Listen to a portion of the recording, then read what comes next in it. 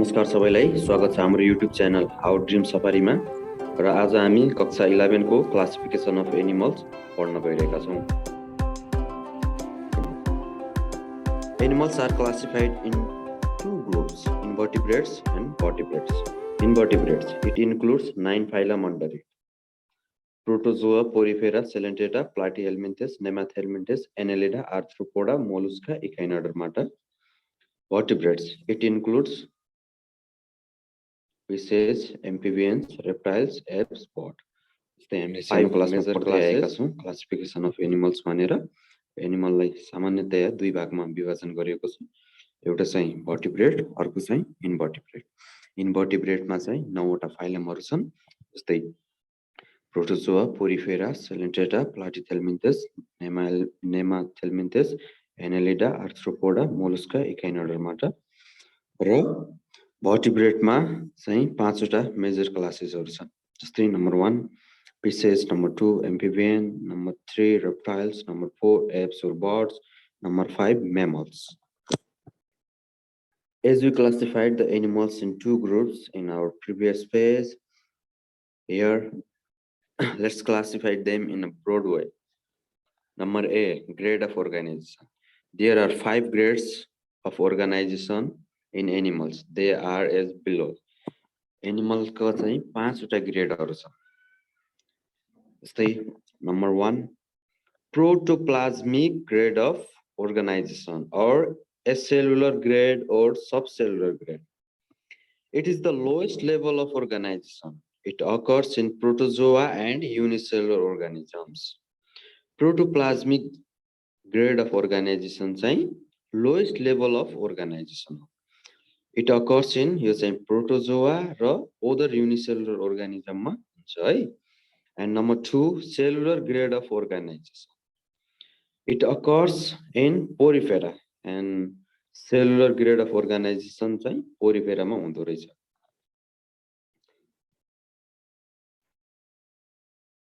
Okay.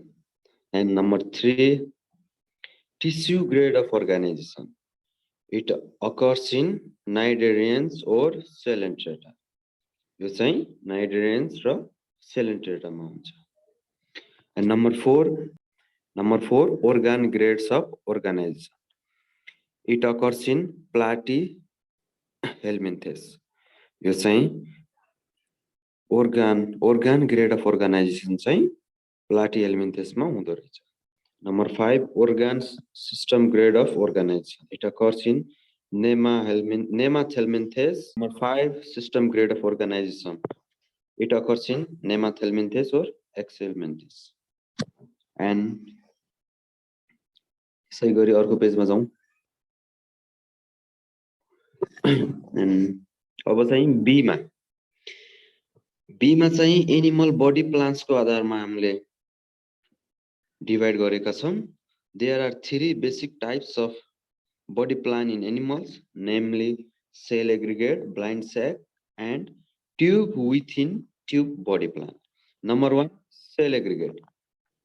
It is generally exhibited by sponge. Here we can see cells are loosely aggregated, no germ layers, no organs. यो चाहिँ हामी generally sponge मा देख्छौं है। अनि यसमा चाहिँ सेलहरु एकदम लुजली एग्रिगेटेड हुन्छ र जर्म लेयर हुँदैन र कुनै organ पनि हुँदैन। And number 2, blind sac. It is number 2, blind sac. It is exhibited by cnidarians and flatworm. Here we cannot see anus, as mouth acts both for ingestion and egestion. Blind sac मा चाहिँ जस्तै तपाईहरु यहाँ example हेर्न सक्नुहुन्छ blind sac को। यहाँ चाहिँ हामी anus देख्दैनौं। Here mouth acts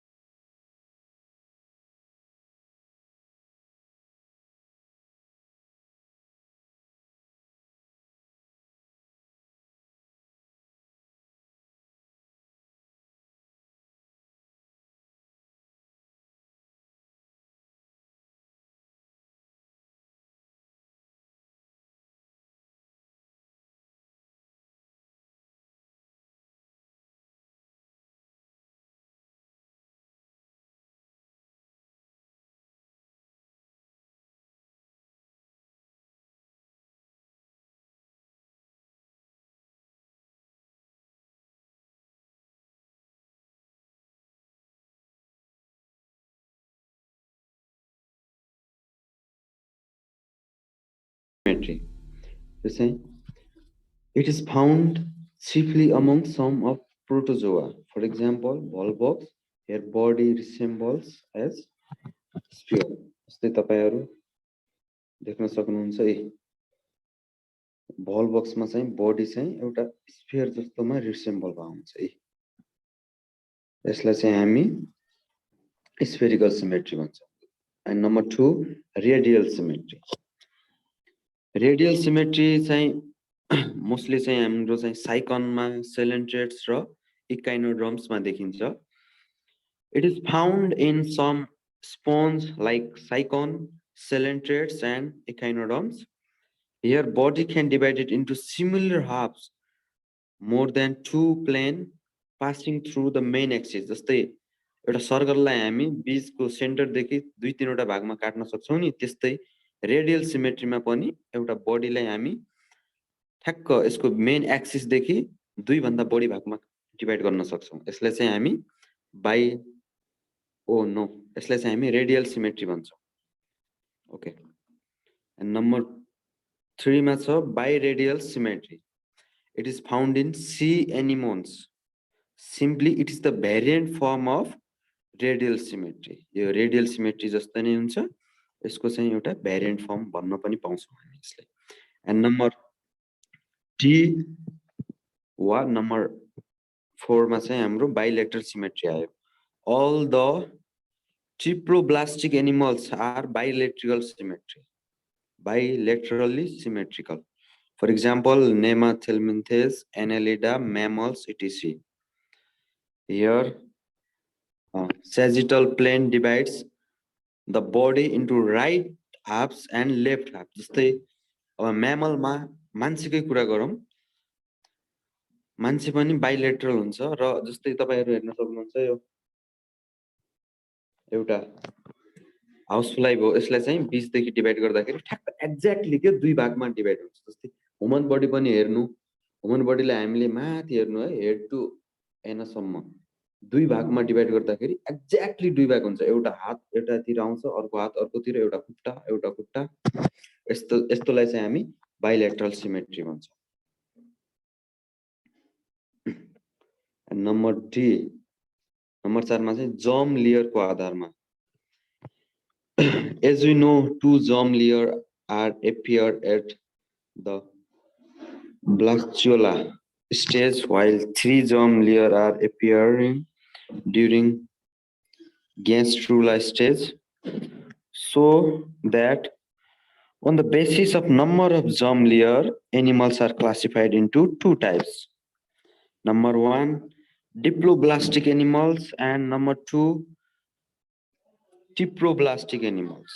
And number 1 ma diploblastic animal ma hernos in diploblastic animals there are only 2 distinct germ layer यसमा चाहिँ exactly distinct चाहिँ दुईटा germ layer हुन्छ the outermost layer is ectoderm layer while innermost germ layer is endoderm. For example, Porifera and Cnidarians मा चाहिँ हामी ectoderm layer पनि देख्छौं र endoderm layer पनि देख्छौं. And number 2, triploblastic animals. In triploblastic animals, there are 3 distinct germ layers. The outermost layer is ectoderm, middle layer is mesoderm, and innermost layer is endoderm. जस्तै ट्रिप्टोब्लास्टिक animal ट्रिप्टो भन्ने बित्तिकै तपाई ट्रिप्लो भन्ने बित्तिकै तपाईहरु तीनटा लेयर बुझ्नु होला यसैगरी नम्बर 1 मा चाहिँ आयो इक्टोडर्म यो चाहिँ आउटर मोस्ट भयो अनि नम्बर 2 मा चाहिँ मिडल लेयर चाहिँ मेसोडर्म भयो र इनर मोस्ट नम्बर 3 मा यो चाहिँ इन्डोडर्म भयो इन्डोडर्म फर एक्जाम्पल यो चाहिँ प्लाटिहेल्मिन्थेस र नेमाथेल्मिन्थेस एनालिड्स मा चाहिँ तपाईहरु देख्न सक्नुहुन्छ र प्लाटिहेल्मिन्थेस नेमाथेल्मिन्थेस एनालिड्सलाई चाहिँ हामी ट्रिप्लोब्लास्टिक एनिमल्स भन्छौं र 5 मा चाहिँ segmentation number E segmentation it is simply refers to division of various part Here we talk about metameric segmentation and pseudo-segmentation. Metameric segmentation. In some animals, body is externally and internally divided into segments. That is, external and internal segments are present. For example, annelids. Annelids मा चाहिँ के हुन्छ भने बडीहरु बाहिरी भागबाट पनि भित्री भागबाट पनि सेगमेन्टेड हुन्छ, छुटिएका हुन्छन्। त्यस्तोलाई चाहिँ हामी मेटामेरिक सेगमेन्टेसन भन्छौँ। It is called true segmentation because the formation of segments occurs at the time of embryonic development and it is not continuous.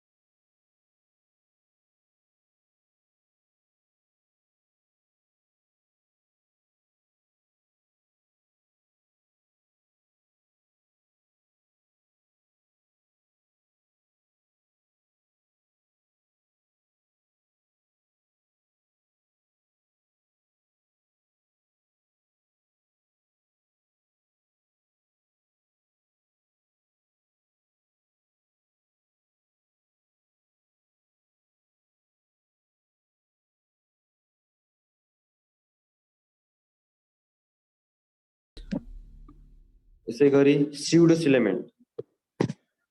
pseudofilamентलाई चाहिँ हामी blastofilaments पनि भन्छौं।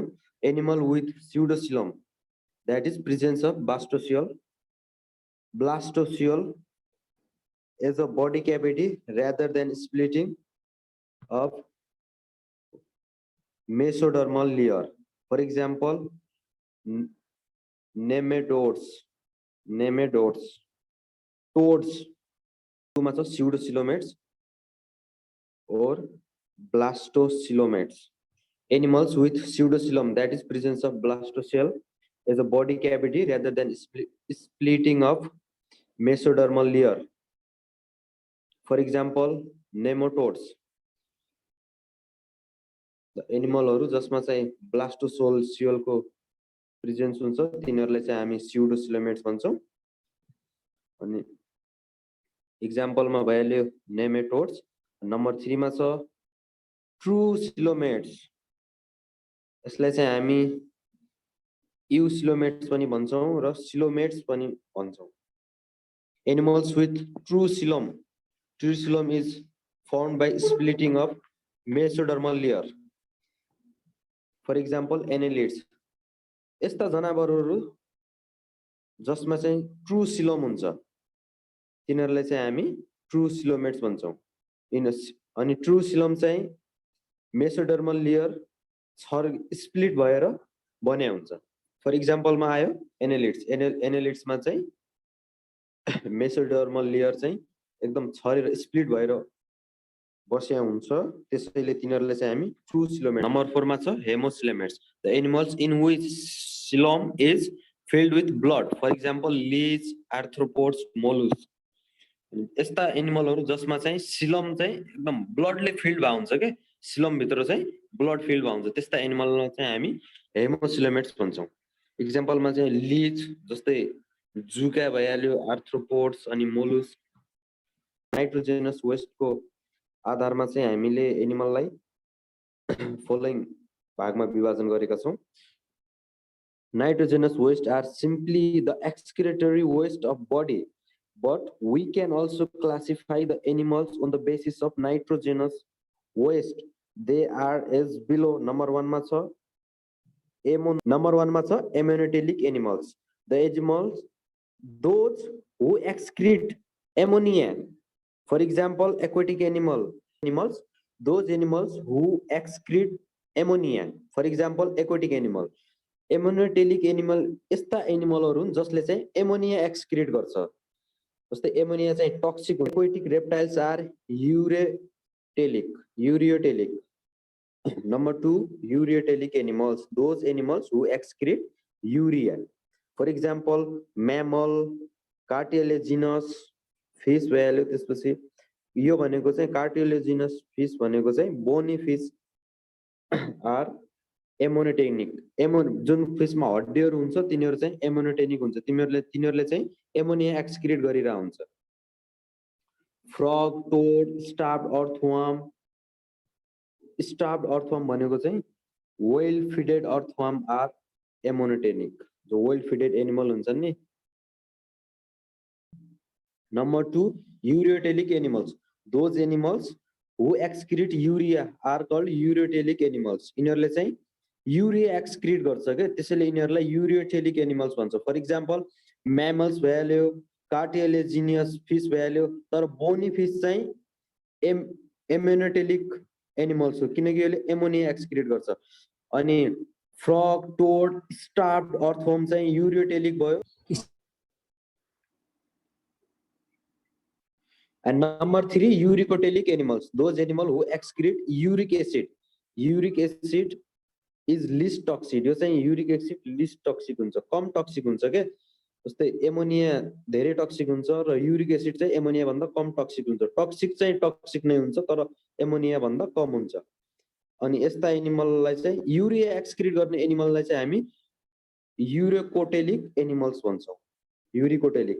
अनि for example bird, insect, reptiles. अनि bird, insect, reptiles uricotelic animals हुन्। यिनीहरुलाई सम्झिनलाई एउटा formula छ, सानो साइडनिर हेर्न सक्नुहुन्छ तपाई। बी रे, बी बाट बर्ड्स आयो, आई बाट इन्सेक्ट, रे बाट रेप्टाइल्स, @ बी रे लेखेको छ नि, हो यो भयो। Number 4, ammonotelic animals, amino, those animal who excrete amino acids are called aminoteric animals भयो। अनि यस्ता एमिनोटेलिक एनिमल्स भनेको नि एमिनो एसिड एक्सक्रिट गर्ने एनिमल्सहरुले चाहिँ हामी एमिनोटेलिक एनिमल्स भन्छौं। अनि फर एक्जाम्पल युनियो मोलुस्क हो यो। अनि एस्ट्रियाज, अनि यो चाहिँ इकाइनोडर्मस।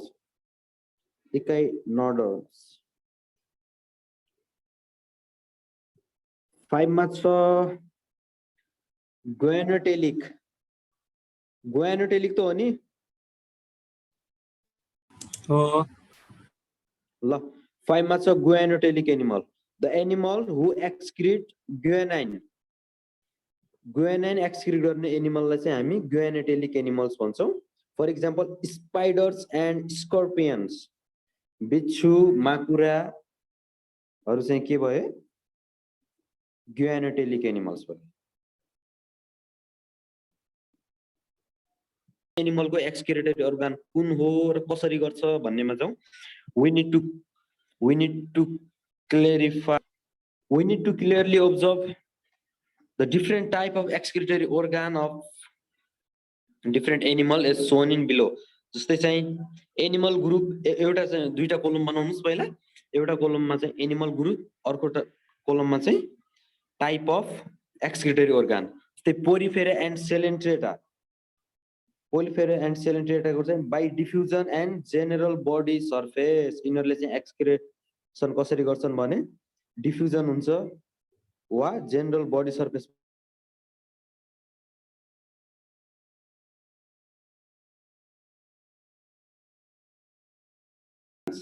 We need to clearly observe different type of excretory organ of different animal as shown in figure. As shown in table. Excretory organ.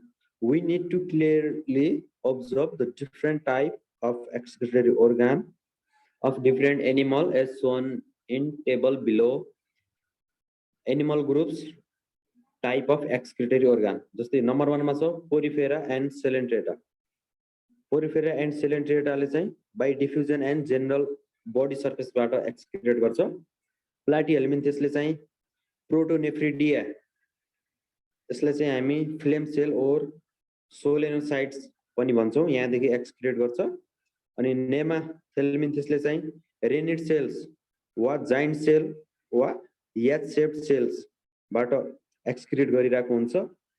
Number 4 एनेलिड्सले चाहिँ नेफ्रिडिया बाट एक्सक्रिट गर्छ. नम्बर 5 मा छ आर्थ्रोपोड्स.